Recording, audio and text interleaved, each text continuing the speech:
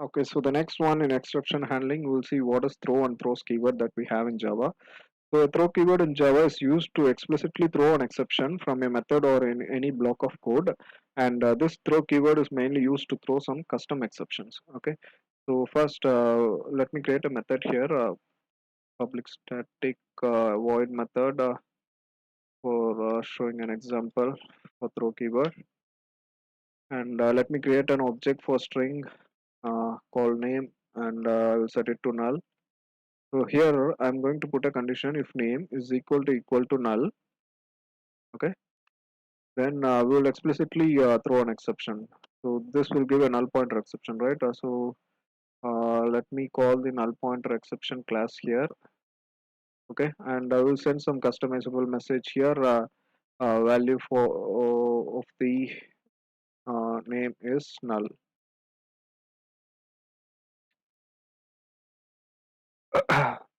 Okay, and yeah, so let us copy that next method also here. mm, After this one, and we'll call this both methods from the main method of this class. And yeah, I will call this next method after this one, and let us run this program now. So since the name is null, right, if it comes and check this condition, it is going to throw the null pointer exception with a customizable message. Okay, so I will run this program,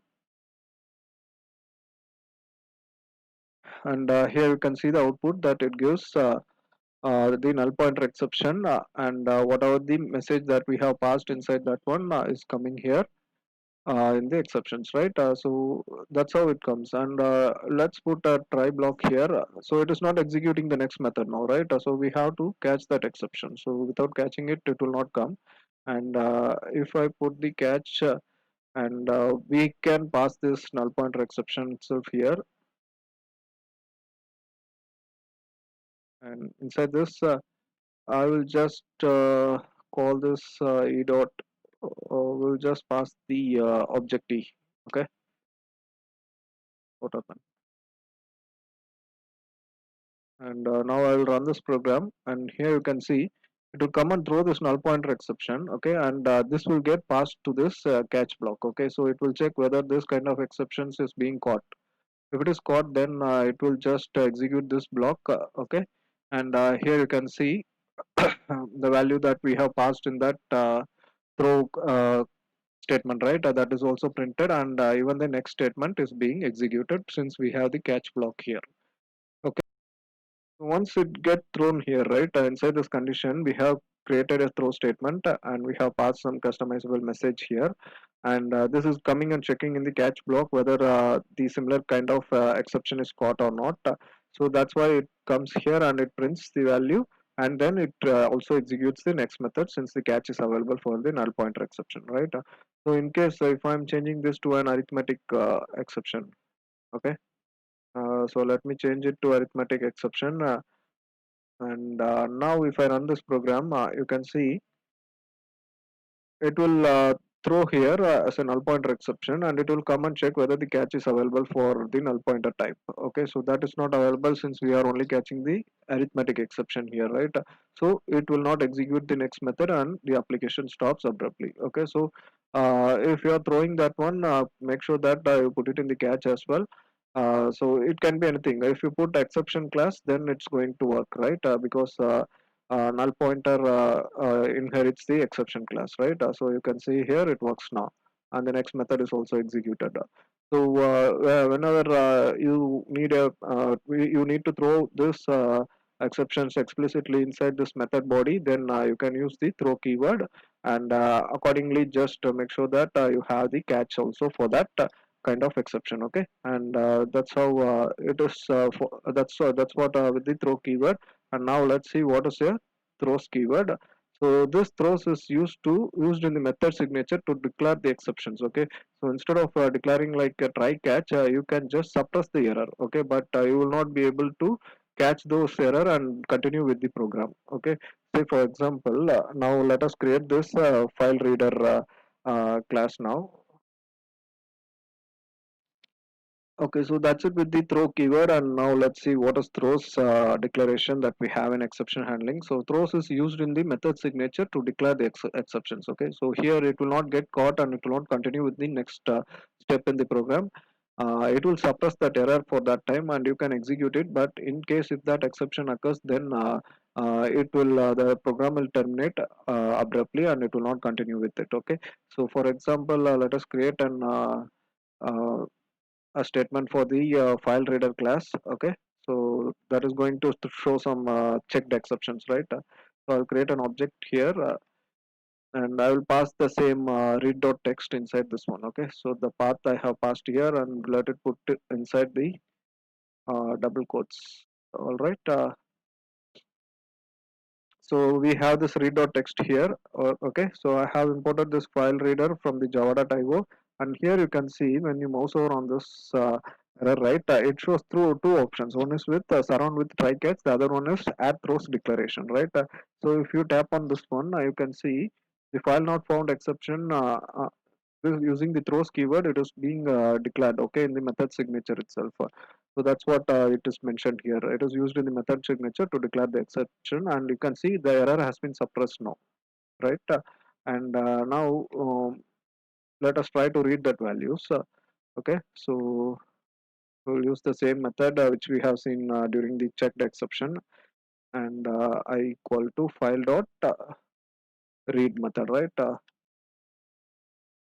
Okay, and that is not equal to -1, and we will just print that character here. Okay, so let me print each character of that indexes, and here you can see again it throws the error for the IO exception.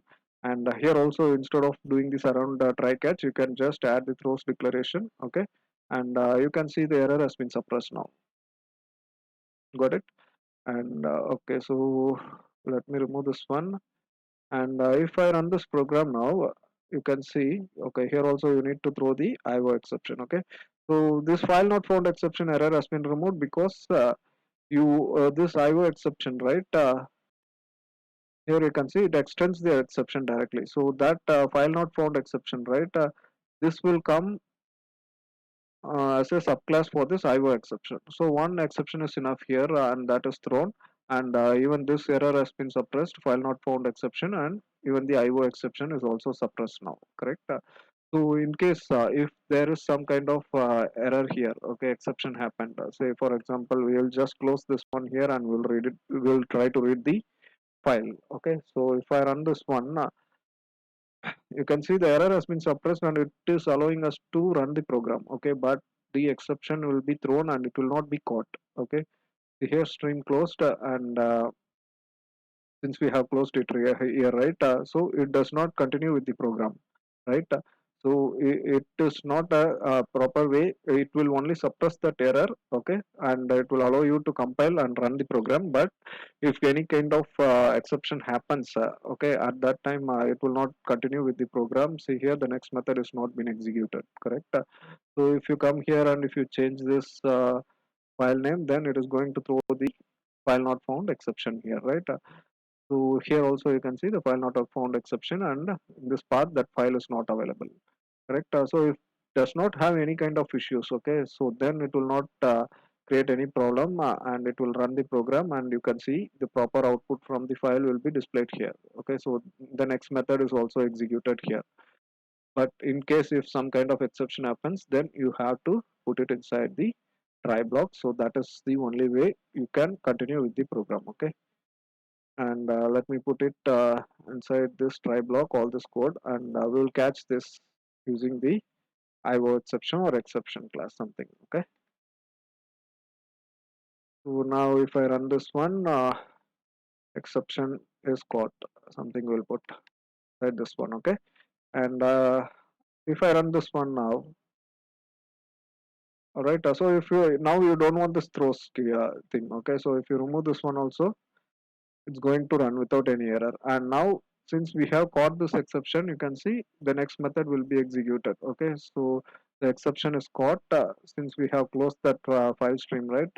So it is throwing the exception, and it is gone to this catch block and it is printing out the statement, and then it moves to the next method. Okay, so this throws keyword, you can put it in the method signature, and that will only suppress the error, and the exception will not be caught, and it will not continue with the program to the next level. Okay, so this is the difference that you need to know about the throws declaration and the try and surrounding with try catch. Okay, and here you can declare with many kind of exceptions, like if you want to put the file not found. Okay, it's not only with the checked exception, you can also put the unchecked exception here, say for example arithmetic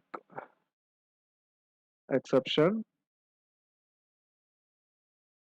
Okay, comma, and you can put the IO exception as well, and keep on, you can add many kind of exceptions in the throws declaration. Okay, so it will handle all this errors, but if you have the appropriate catch statement, then it will continue with the program, otherwise it will end the program if the exception is caught. Okay, so this throws is only for suppressing the error, and that's a good the throw and throws keyword. And